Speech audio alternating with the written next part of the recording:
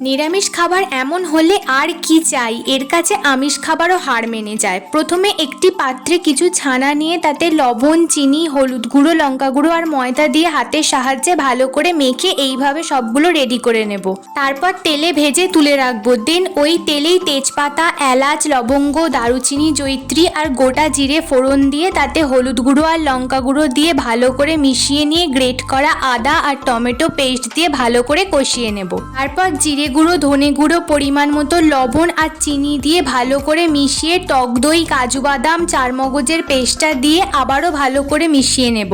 দেন mixing jar ধোয়া জলটা দিয়ে একটু ফুটে আসলে তাতে কোপ্তাগুলো দিয়ে হালকা হাতে একটু নাড়াচাড়া করে তাতে গরম মশলা আর ঘি দিয়ে ভালো করে মিশিয়ে নেব।